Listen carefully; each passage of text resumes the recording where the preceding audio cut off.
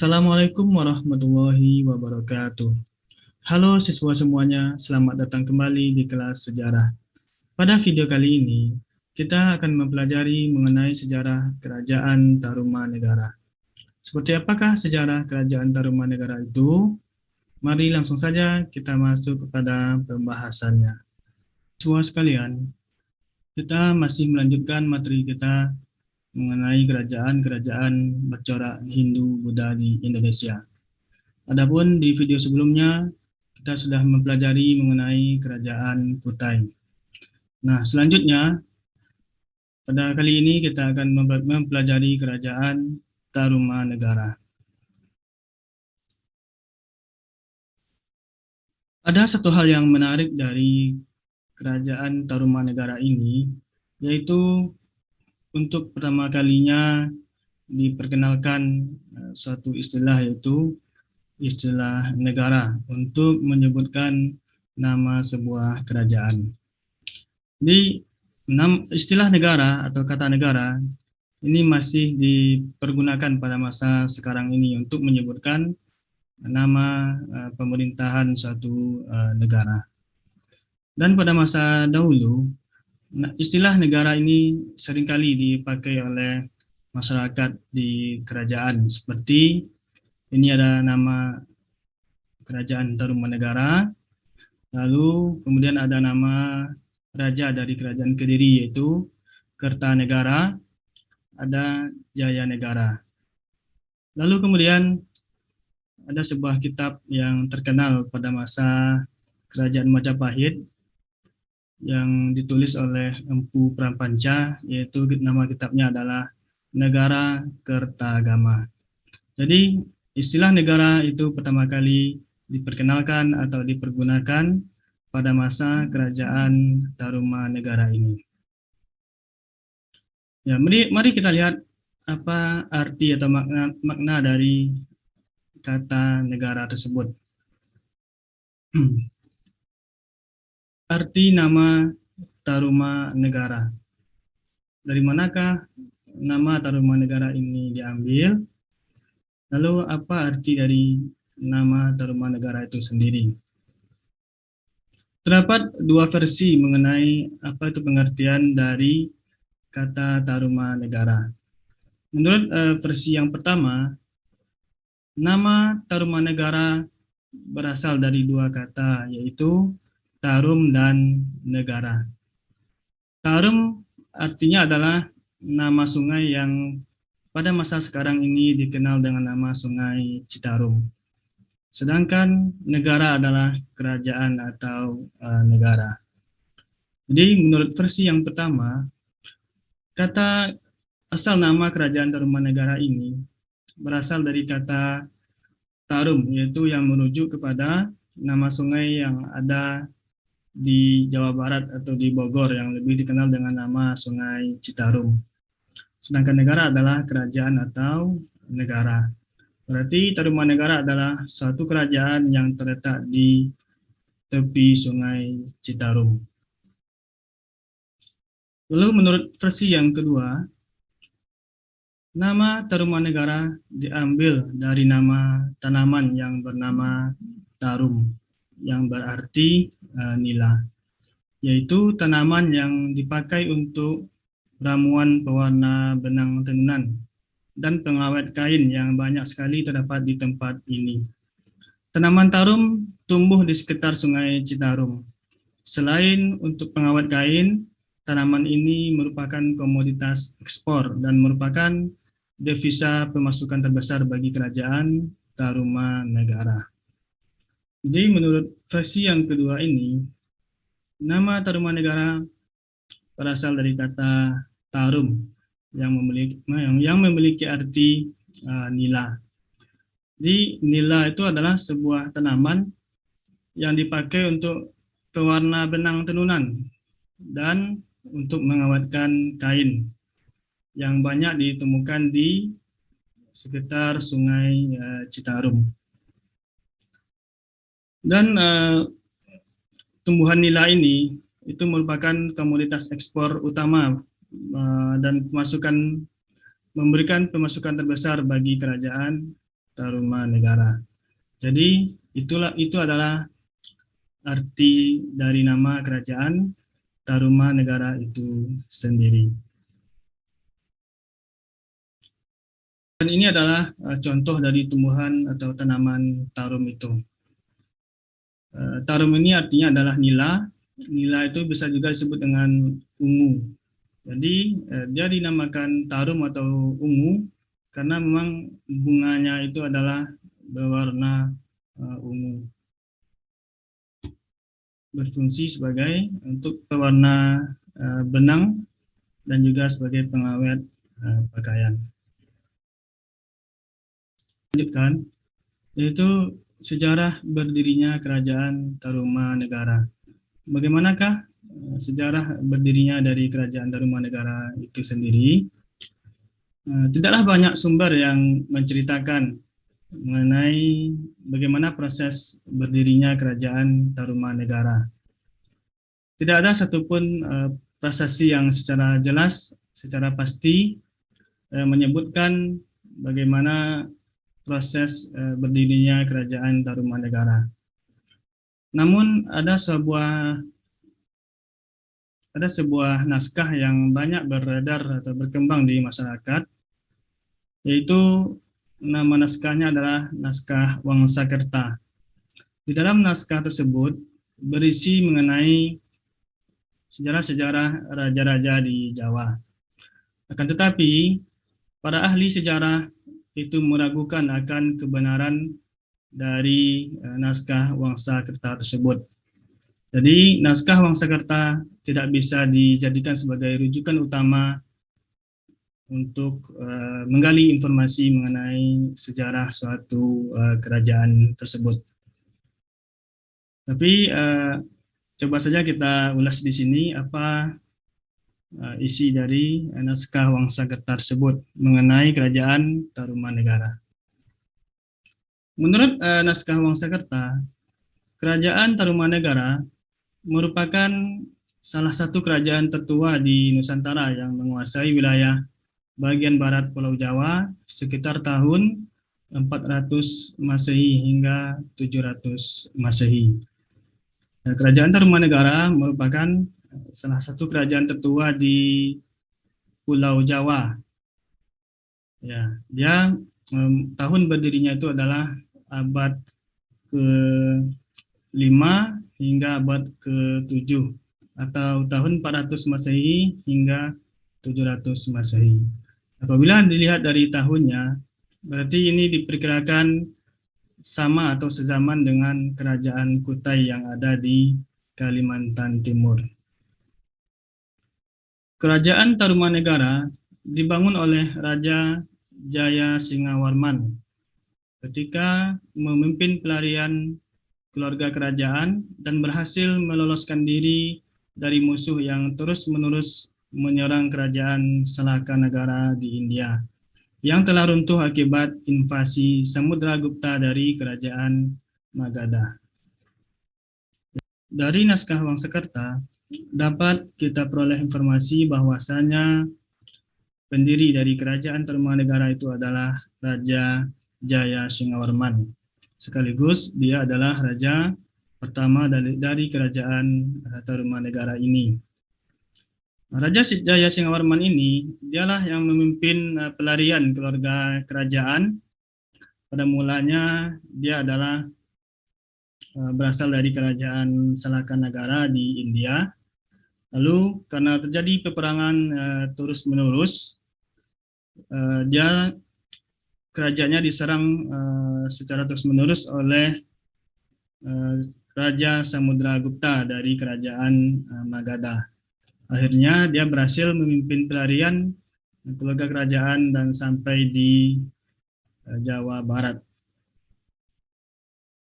Lalu kemudian di pengasingan tahun 368 Masehi, Jaya Singawarman mendirikan kerajaan baru di tepi Sungai Citarum di Kabupaten Lebak, Banten dan diberi nama Tarumanegara. Ya, di pengasingan ini adalah di tepi Sungai Citarum. Itu dia mendirikan sebuah nama sebuah kerajaan baru yang diberi nama Kerajaan Tarumanegara. Adapun Kerajaan Tarumanegara ini adalah kerajaan bercorak Hindu dan beraliran Wisnu. Jadi di dalam agama Hindu ini terdapat 4 aliran. Yang pertama ada aliran Wisnu, yang kedua ada aliran Siwa, dan ada 2 lagi alirannya. Itu dapat kamu cari tahu sendiri di internet apa saja aliran-aliran Hindu di Indonesia. Nah, selanjutnya lokasi kerajaan. Di manakah letak atau lokasi dari Kerajaan Tarumanegara ini? Kerajaan Tarumanegara ini terletak di Jawa Barat, tepatnya di dekat Sungai Citarum yang sekarang masuk ke wilayah Kabupaten Lebak, Banten. Ya, dia terletak di Jawa Barat, Provinsi Jawa Barat. Itu tepatnya di dekat Sungai Citarum. Ini adalah Sungai Citarum yang sekarang Sungai Citarum ini masuk ke wilayah Lebak, Banten. Kerajaan Tarumanegara diperkirakan terletak antara Sungai Citarum dan Cisadane. Ya, secara pastinya tentu kita tidak bisa menjelaskan di mana secara pasti letak dari Kerajaan Tarumanegara ini, tapi diperkirakan itu terletak di antara Sungai Cisadane dan Sungai Citarum. Lalu kemudian berdasarkan prasasti Tugu, ini prasasti yang dikeluarkan oleh Kerajaan Tarumanegara, Purbacaraka adalah seorang ahli sejarah dari luar. Itu memperkirakan pusat Kerajaan Tarumanegara ada di daerah Bekasi. Jadi, menurut Purbacaraka, berdasarkan prasasti Tugu itu, dia menyatakan bahwasanya kira-kira pusat Kerajaan Tarumanegara itu ada di daerah Bekasi. Nah, selanjutnya sumber sejarah mengenai Kerajaan Tarumanegara. Tidaklah banyak sumber sejarah yang menceritakan mengenai keberadaan Kerajaan Tarumanegara ini. Informasi mengenai Kerajaan Tarumanegara dapat kita ketahui, dapat kita peroleh melalui 2 sumber, yaitu yang pertama adalah berita dari Tiongkok, lalu yang kedua adalah sumber sejarah dari prasasti-prasasti peninggalan Kerajaan Tarumanegara itu sendiri. Yang pertama, berita Tiongkok.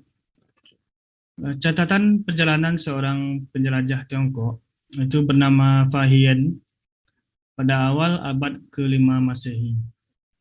Dalam bukunya Fa Kuoci, ia membuat catatan bahwa di Yepoti banyak dijumpai orang-orang Brahmana dan sedikit sekali dijumpai orang yang beragama Buddha.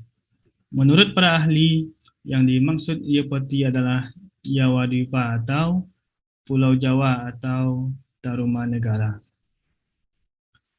Fa Hien ini dia adalah merupakan seorang biksu agama Buddha yang berasal dari Cina.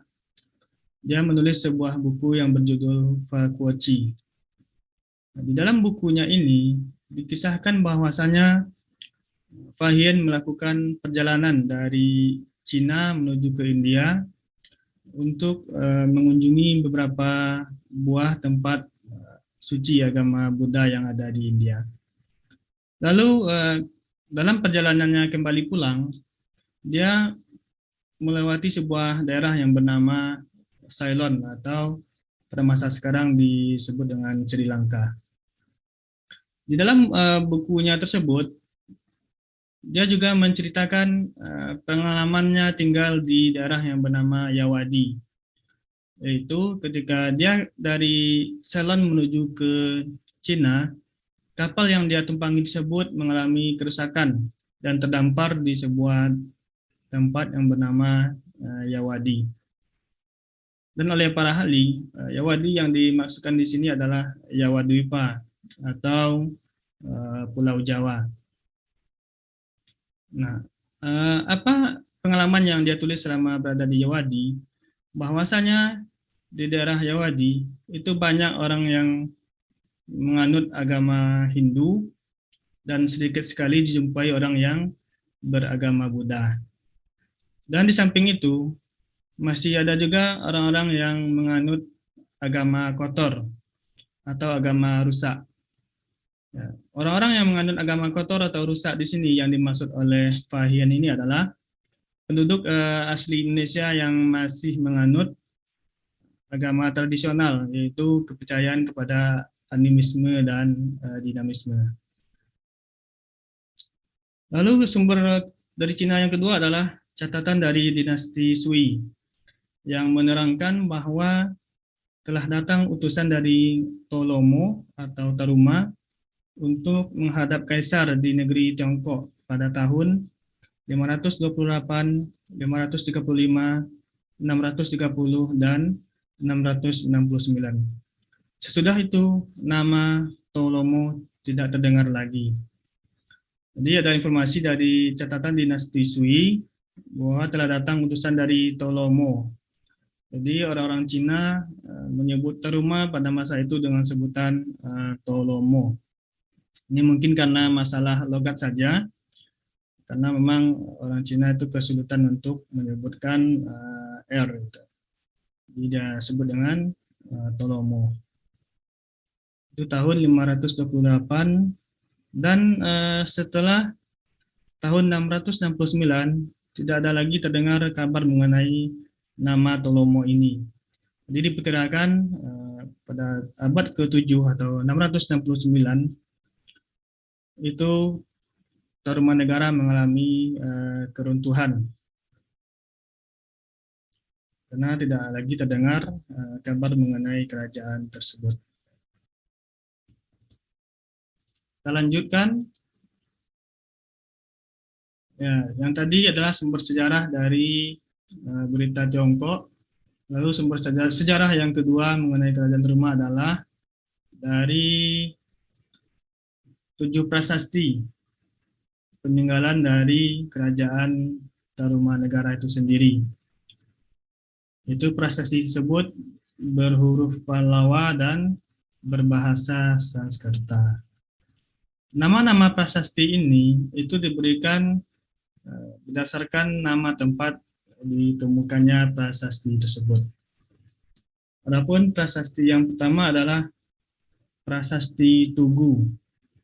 Ini tempat ditemukannya yaitu di Kampung Batu Tumbuh, Desa Tugu, dekat Tanjung Priok, Jakarta. Berarti prasasti Tugu ini ditemukan di Desa Tugu, dekat Tanjung Priok, yang ada di Jakarta sekarang ini.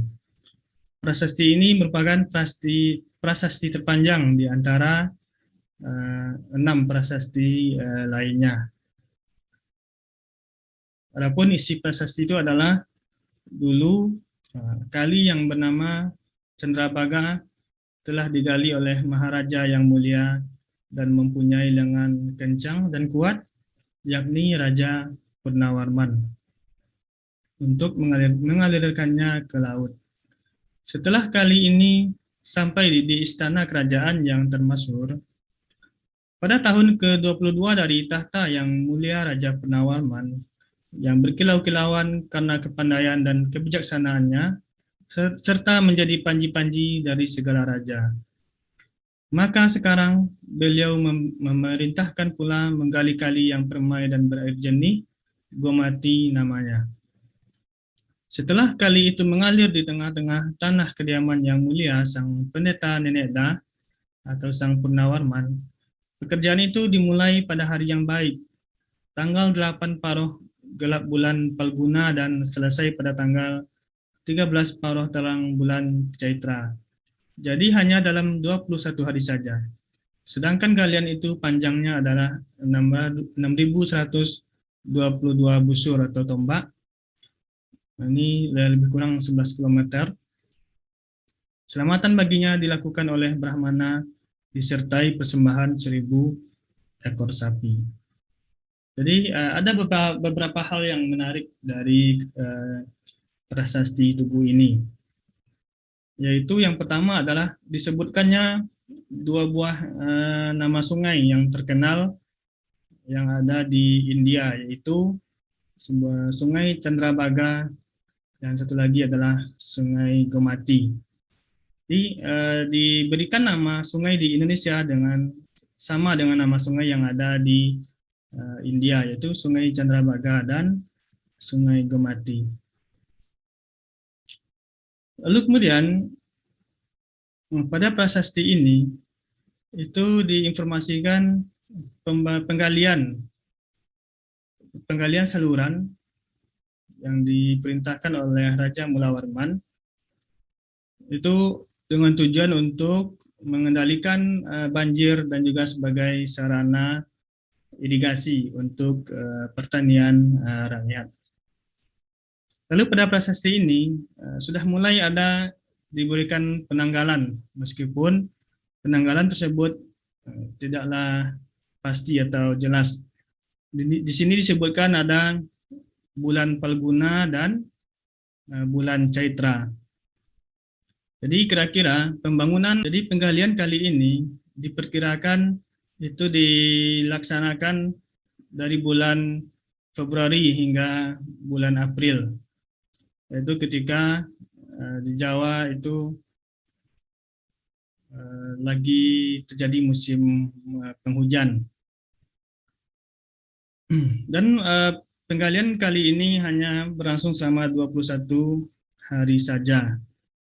Jadi hanya 3 minggu penggalian dari kali ini.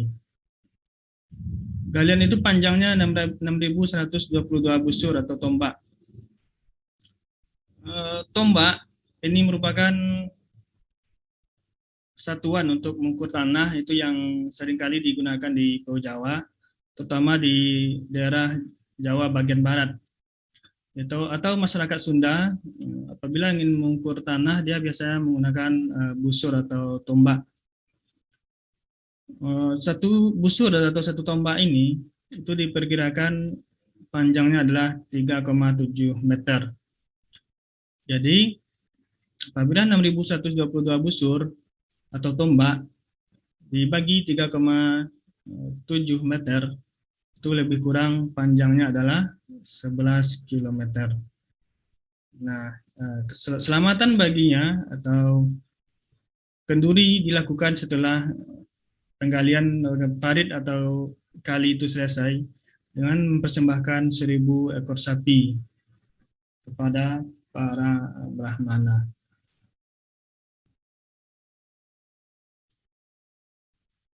Adapun ini adalah bentuk dari prasasti Tugu itu sendiri.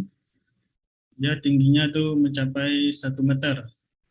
Dipahatkan dengan tulisan aksara Pallawa dan bahasa Sanskerta. Ini prasasti ini disimpan di Museum Nasional Indonesia. Adapun prasasti kedua, peninggalan dari Kerajaan Tarumanegara adalah Prasasti Charuton.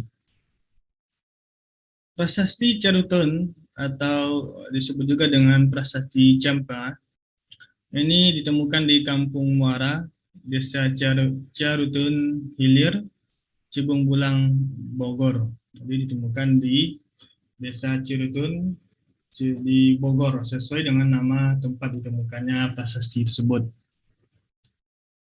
Prasasti ini disertai dengan gambar laba-laba dan gambar sepasang telapak kaki. Jadi di prasasti tersebut diukirkan itu gambar laba-laba dan sepasang telapak kaki. Adapun isinya adalah ini bekas 2 kaki yang seperti kaki Dewa Wisnu, ialah kaki yang mulia Sang Purnawarman, raja di negeri Taruma, raja yang gagah berani di dunia. Jadi setelah dipahatkan telapak kaki, maka di sampingnya dituliskan ini adalah bekas 2 kaki seperti kaki Dewa Wisnu, ialah kaki yang mulia Sang Purnawarman. Ini adalah gambar dari prasasti Charuton. Ini ada sepasang telapak kaki. Ini ada laba-laba, ini adalah tulisannya. Yang ketiga adalah prasasti kebun kopi. Prasasti ini ditemukan di Kampung Muara, Desa Ciarutun, Hilir, Cibung Bulang, Bogor. Di tempat ditemukannya sama dengan prasasti Ciarutun tadi. Prasastinya dipahatkan dalam satu baris yang diapit oleh 2 buah pahatan telapak kaki gajah. Dinamakan prasasti kebun kopi karena tempat ditemukannya itu berada di dalam perkebunan kopi. Adapun isinya adalah di sini tampak sepasang telapak kaki yang seperti telapak kaki Airawata, gajah penguasa Taruma yang agung dalam dan kejayaan. Ya, berarti tanda titik-titik ini ada beberapa tulisannya yang kabur dan tidak bisa dibaca. Adapun fotonya atau bentuk dari prasasti kebun kopi ini adalah ini merupakan pahatan telapak kaki gajah dan diapit di tengah-tengahnya ada tulisan itu sepasang telapak kaki gajah Airawata, gajah penguasa Taruma yang agung. Lalu kemudian prasasti yang keempat adalah prasasti Muara Cianten. Terletak di Muara Kali Cianten, Kampung Muara, Desa Ciarutun, Hilir, Cibung Bulang, Bogor. Ya, terletak di Muara Kali Cianten. Ini hampir sama dengan prasasti yang sebelumnya. Inskripsi ini belum dapat dibaca. Tulisan yang ada pada prasasti ini belum bisa dibaca karena para ahli menyebutnya dengan aksara ikal. Ya, mungkin berbeda tulisannya dengan tulisan huruf Pallawa biasa. Yang kelima adalah prasasti Jambu atau Koleangka. Prasasti Jambu ini ditemukan di perkebunan jambu atau disebut juga dengan prasasti Koleangka atau Bukit Pasir. Terletak di sebuah bukit pasir Koleangka, Desa Parakan, Muncang, Nanggung, Bogor. Ya, lagi-lagi ditemukan di daerah Bogor. Isinya adalah gagah, mengagumkan, dan jujur terhadap tugasnya. Adalah pemimpin manusia yang tiada taranya, yang termasyhur Sri Purnawarman, yang sekali waktu memerintah di Tarumanegara, dan yang baju zirahnya yang terkenal tiada dapat ditembus senjata musuh. Ini adalah sepasang telapak kakinya yang senantiasa berhasil menggempur musuh. Hormat kepada para pangeran, tetapi merupakan duri dalam daging bagi musuh-musuhnya. Isinya disebutkan juga ada telapak kaki Purnawarman. Ini menceritakan mengenai keperkasaan, kegagahan, dan juga kesantunan dari Purnawarman yang menghormati pada pangerannya. Ini adalah bentuk dari prasasti Jambu itu sendiri. Prasasti yang keenam adalah prasasti Cidanghiang atau disebut juga dengan prasasti Lebak. Ditemukan di Kali Cidanghiang, Desa Lebak, Munjul, Banten Selatan. Isinya adalah inilah tanda keperwiraan, keagungan, dan keberanian yang sesungguhnya dari Raja Dunia yang mulia Purnawarman yang menjadi panji sekalian raja-raja. Ini prasasti ini isinya adalah memuji dari keperwiraan, keagungan, keberanian dari Raja Purnawarman. Lalu yang terakhir itu prasasti Pasir Awi. Ini ditemukan di sebuah bukit bernama Pasir Awi di kawasan perbukitan Desa Sukamakmur, Jonggol, Bogor. Jadi rata-rata prasasti mengenai kerajaan Tarumanegara ini ditemukan di daerah Bogor. Ini tidak bisa dibaca karena lebih berupa gambar atau piktograf daripada tulisan. Di bagian atas inskripsi terdapat sepasang telapak kaki. Ya, prasasti ini tidak dapat dibaca karena mungkin lebih pada gambar bukan tulisan. Dan lagi-lagi pada prasasti ini terdapat sepasang telapak kaki. Jadi beberapa prasasti peninggalan Kerajaan Tarumanegara ini itu banyak sekali terdapat bekas telapak kaki. Mungkin ini adalah merupakan lambang kekuasaan dari para raja. Karena memang apabila dikaitkan dengan kebudayaan yang ada di India, tapak kaki itu adalah lambang kekuasaan dari raja. Selanjutnya kita masuk pada kehidupan politik Kerajaan Tarumanegara. Raja Purnawarman adalah raja besar yang telah berhasil meningkatkan kehidupan rakyatnya. Di raja yang terkenal, ya, raja yang termasyhur adalah Raja Purnawarman. Dan Tarumanegara mencapai puncak kejayaan itu pada masa Raja Purnawarman ini. Dia adalah seorang raja yang sangat perhatian terhadap kesejahteraan rakyatnya. Itu hal ini dibuktikan dari prasasti-prasasti peninggalan kerajaan Tarumanegara tersebut. Ia dipuji-puji oleh rakyatnya, dikenal sebagai raja yang gagah berani dan tegas. Ia juga dekat dengan para brahmana, dengan para pangeran dan rakyat. Ia adalah raja yang adil, jujur, dan arif di dalam memerintah. Daerahnya cukup luas sampai ke daerah Banten. Kerajaan Tarumanegara telah menjalin hubungan dengan kerajaan lain, misalnya dengan Cina. Hal ini dibuktikan dengan tadi catatan dari Cina yang mengirimkan utusan dari Tarumanegara.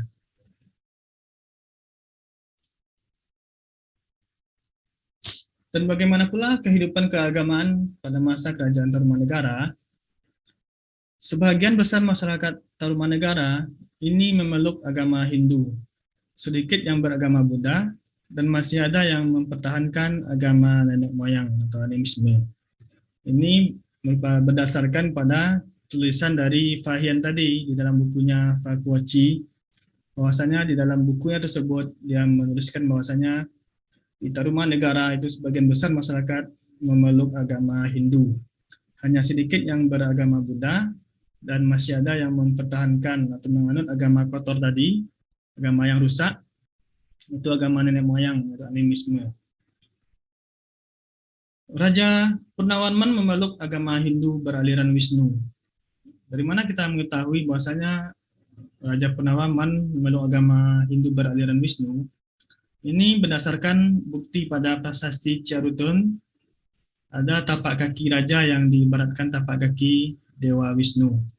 Nah, tadi kita sudah membahas isi dari prasasti Ciarutun ini, bahwasanya di sana disebutkan ini adalah bekas dua tapak kaki Raja Purnawarman yang seperti telapak kaki Dewa Wisnu.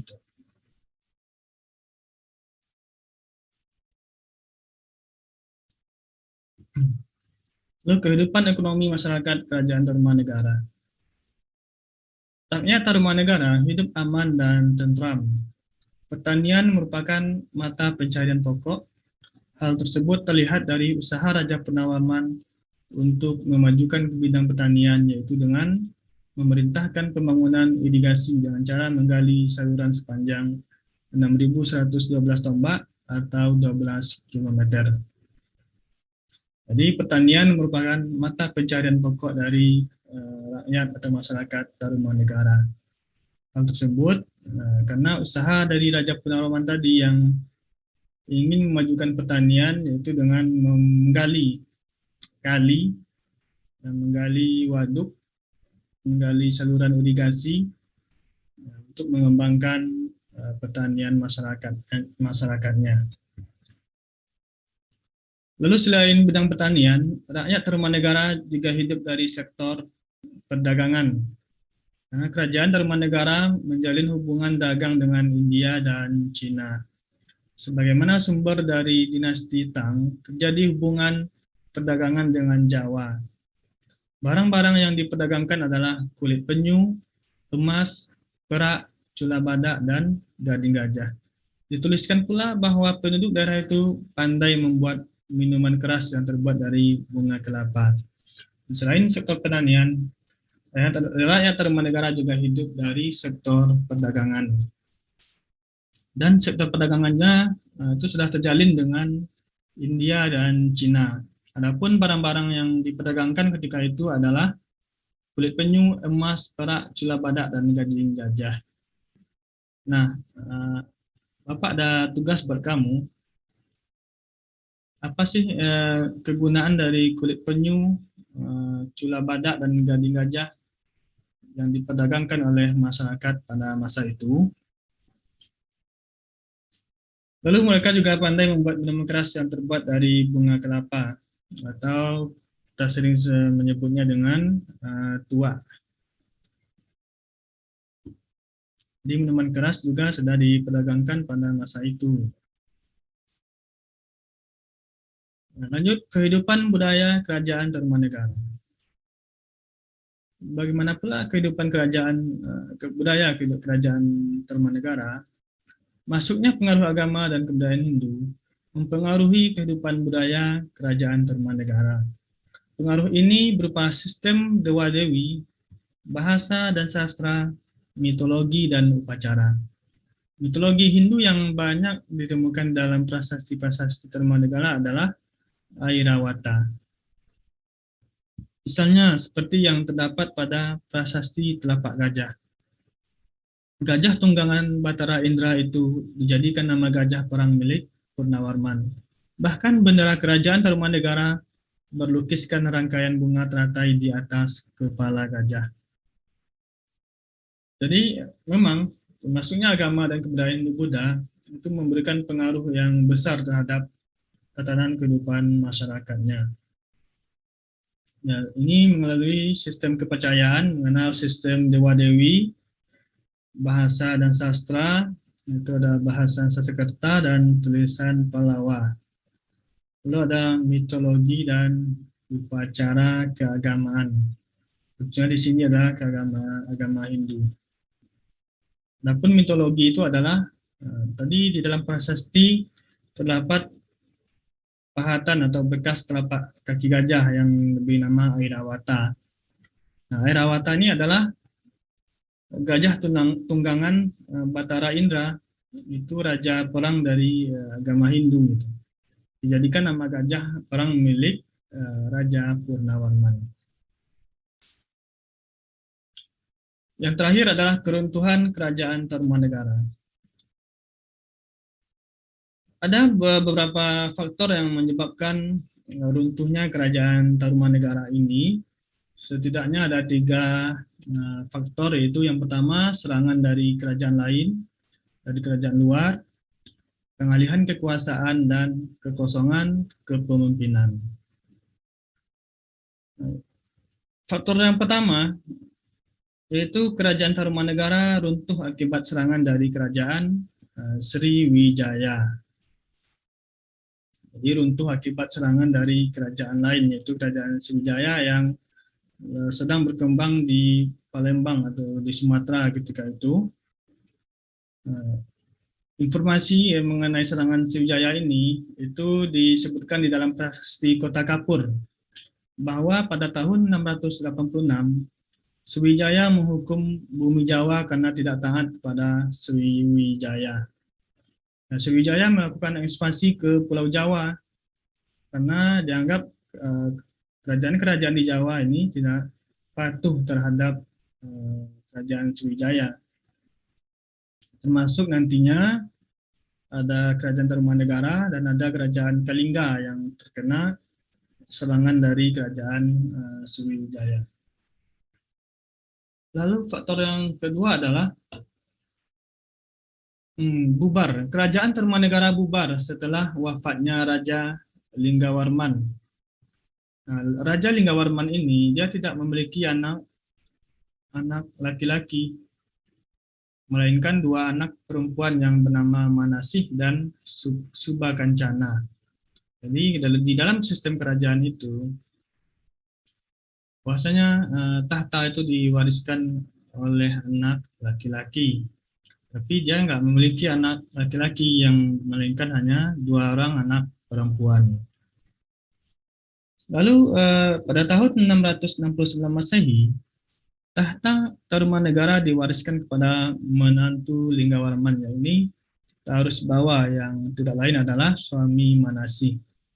Jadi karena tidak memiliki anak laki-laki, maka tahta diberikan kepada menantunya, yaitu suami dari si Manasih ini, yang bernama Tarusbawa. Nah, ketika diserahkannya tahta kerajaan kepada Tarusbawa inilah, riwayat kerajaan Tarumanegara benar-benar tamat. Setelah setahun naik tahta, Tarusbawa justru memindahkan pusat pemerintahan dan mengubah nama Tarumanegara menjadi Kerajaan Sunda. Karena mungkin Tarusbawa ini adalah asal usulnya, dia adalah merupakan keturunan dari Kerajaan Sunda. Maka oleh karena itu dia mengubah nama dan ingin mendirikan kembali itu nama menjadi Kerajaan Sunda. Situasi ini dimanfaatkan oleh Wureti Kandayun untuk melepaskan wilayahnya dari cengkeraman Tarumanegara. Wureti Kandayun adalah pemimpin kerajaan Kendan sejak 612 Masehi. Kerajaan Kendan ini merupakan salah satu wilayah taklukan dari Tarumanegara. Tahun 670 Masehi atau bertepatan dengan didirikannya Kerajaan Sunda oleh Tarusbawa, Wurita Kandayun juga mendeklarasikan terbentuknya Kerajaan Galuh di tanah Sundan. Jadi dulu Wurita Kandayun ini adalah dia dulunya pemimpin kerajaan Kendan, yang ketika itu pada masa Tarumanegara dia menjadi salah satu wilayah taklukan dari Tarumanegara. Nah, setelah diproklamasikannya kerajaan baru oleh Tarusbawa, maka dia memanfaatkan situasi ini untuk memerdekakan diri dan juga mendeklarasikan terbentuknya Kerajaan Galuh di tanah Pasundan. Jadi demikianlah sejarah mengenai Kerajaan Tarumanegara ini, dimulai dari awal berdirinya hingga sampai masa keruntuhan dari Kerajaan Tarumanegara itu sendiri. Sampai di sini dulu pembelajaran kita pada hari ini. Saya sudahi dengan Assalamualaikum warahmatullahi wabarakatuh.